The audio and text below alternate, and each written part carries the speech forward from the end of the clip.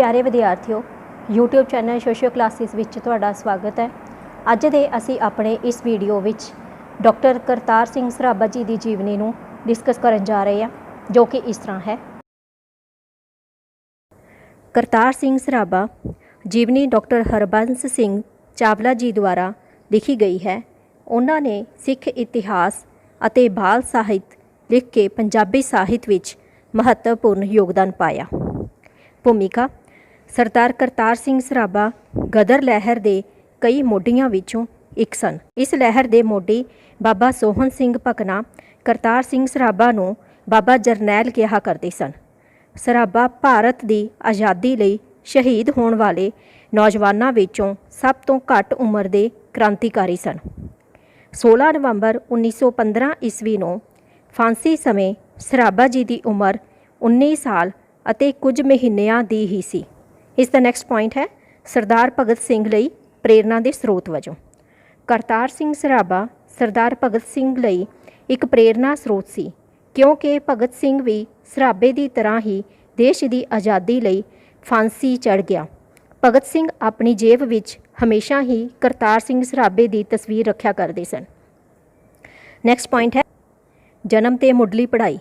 सरदार करतार सिंह सराभा का जन्म लुधियाना के पिंड सराभा विखे सरदार मंगल सिंह जी के घर 24 मई 1896 ईस्वी नूं होया।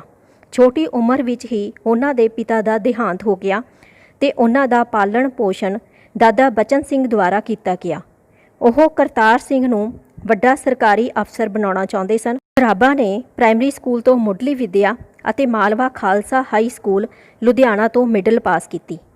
फिर वो 9वीं जमात की पढ़ाई विचे छड्ड के अपने चाचा जी कोल उड़ीसा चला गया।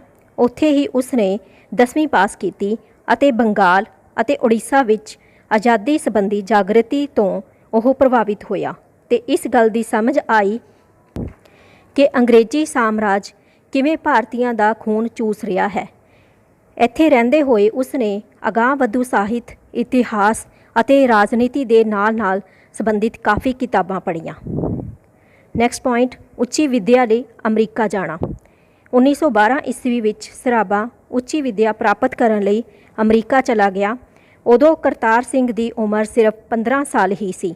जदों उसका जहाज़ अमरीका की बंदरगाह ते पहुंचिया तां उत्थों के अधिकारियों ने मुसाफरां नूं उतारन तो मना कर दिता, पर करतार सिंह सराभा ने इमीग्रेशन के अधिकारी के सवालों के जवाब बहुत ही समझदारी नाल दिते, जिस तो खुश होके उसनूं सान फ्रांसिस्को विखे सराभा नूं उतरन की आग्या दे दी गई। हाँ जी स्टूडेंट्स, नैक्सट पॉइंट है गदर परचे की जिम्मेवारी।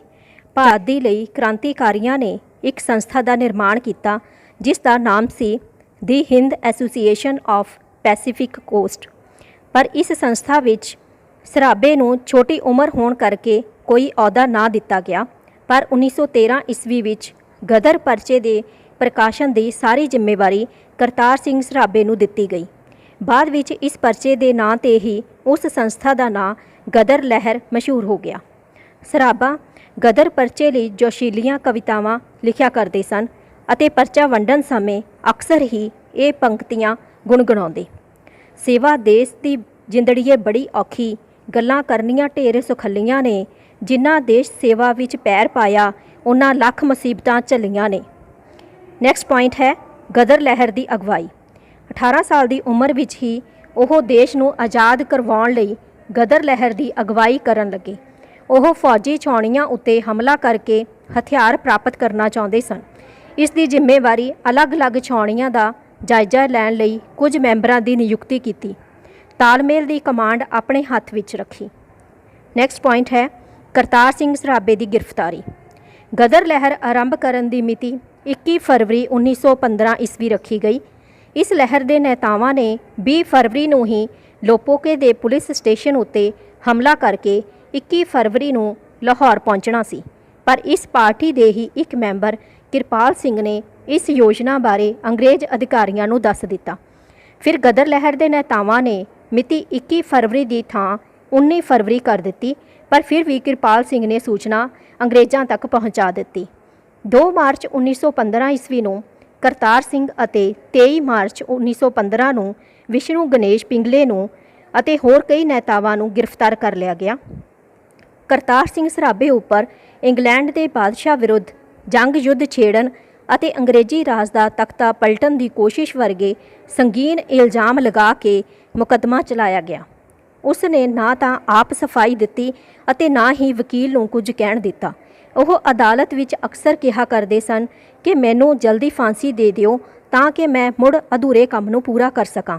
ਅੰਗਰੇਜ਼ ਸਰਕਾਰ ਵੱਲੋਂ ਗਠਿਤ ਕੀਤੀ ਗਈ ਵਿਸ਼ੇਸ਼ ਟ੍ਰਿਬਿਊਨਲ ਨੇ ਉਸ ਨੂੰ ਮੌਤ ਦੀ ਸਜ਼ਾ ਸੁਣਾਈ ਤੇ 16 ਨਵੰਬਰ 1915 ਈਸਵੀ ਨੂੰ ਲਾਹੌਰ ਸੈਂਟਰਲ ਜੇਲ੍ਹ ਵਿੱਚ ਫਾਂਸੀ ਦੇ ਦਿੱਤੀ ਗਈ।